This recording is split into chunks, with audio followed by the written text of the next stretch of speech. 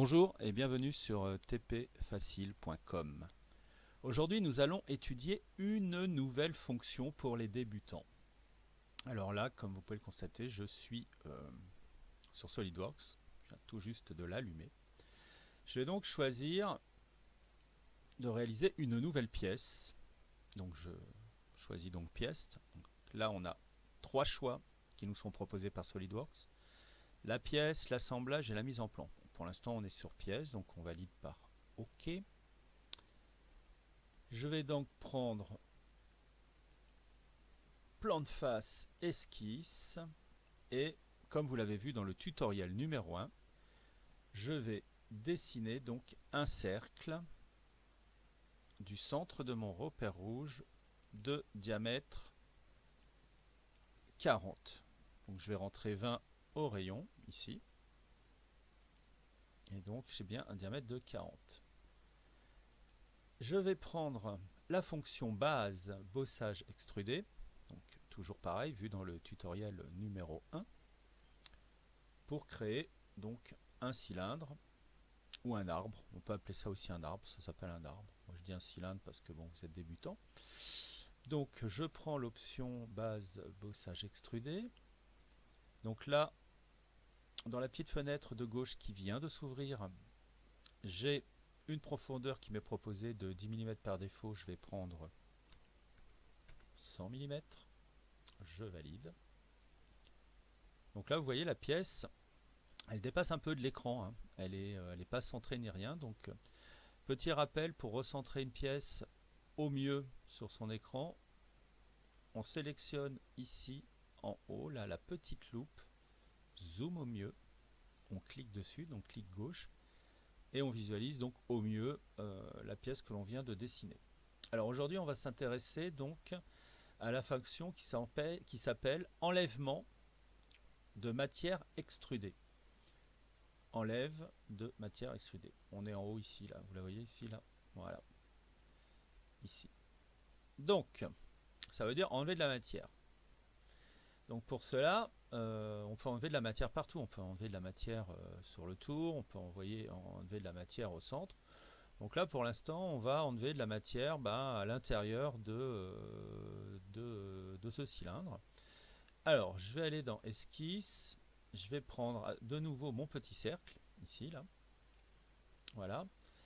Et donc, un message apparaît qui me propose donc d'éditer l'esquisse et de choisir donc un plan ou une face, une arête, etc. pour dessiner donc mon fameux cercle. Donc je vais prendre cette face.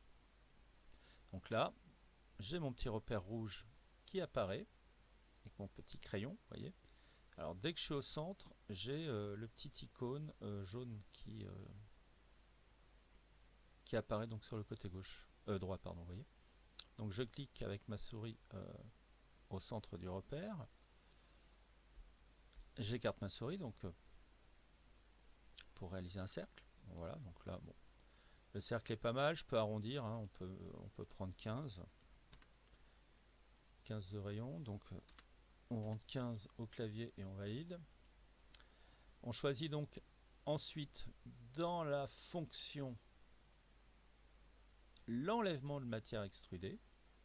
Donc je clique sur enlèvement de matière extrudée et là, regardez ce qui se passe. SolidWorks me propose d'enlever de la matière du cercle que je viens de créer à donc l'extrémité ici de mon cylindre, donc sur une longueur de 100 mm. Alors je peux changer, hein, bien sûr, hein. Je peux mettre par exemple 50 ici, vous voyez, et dans ce cas il réduit donc l'enlèvement de matière à 50. Donc si je prends 100, ça veut dire que je vais aller d'un côté à l'autre de mon cylindre. Donc je valide, voilà, et je viens donc d'enlever de la matière à l'intérieur de mon cylindre avec la fonction enlèvement de matière extrudée. Alors j'en profite pour revenir un petit peu sur les plans. Donc on a sur le côté gauche ici le plan de face. Donc comme vous pouvez le constater ici, alors moi ça s'affiche en anglais, mais sur les SolidWorks français, vous aurez donc écrit plan de face. Donc là, on est sur un plan de face.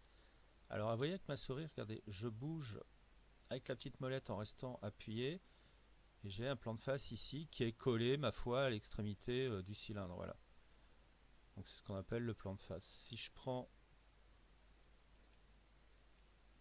le plan top, donc la vue de dessus, vous voyez, on a un plan de face, mais qui n'est plus orienté, enfin une vue de dessus, pardon, pour moi c'est top, mais qui n'est plus orienté comme le plan de face. Voilà. Et donc le dernier, ici.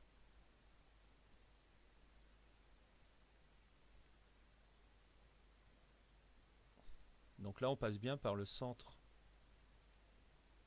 de notre construction et on verra tout à l'heure dans un autre tuto ce que l'on peut en faire.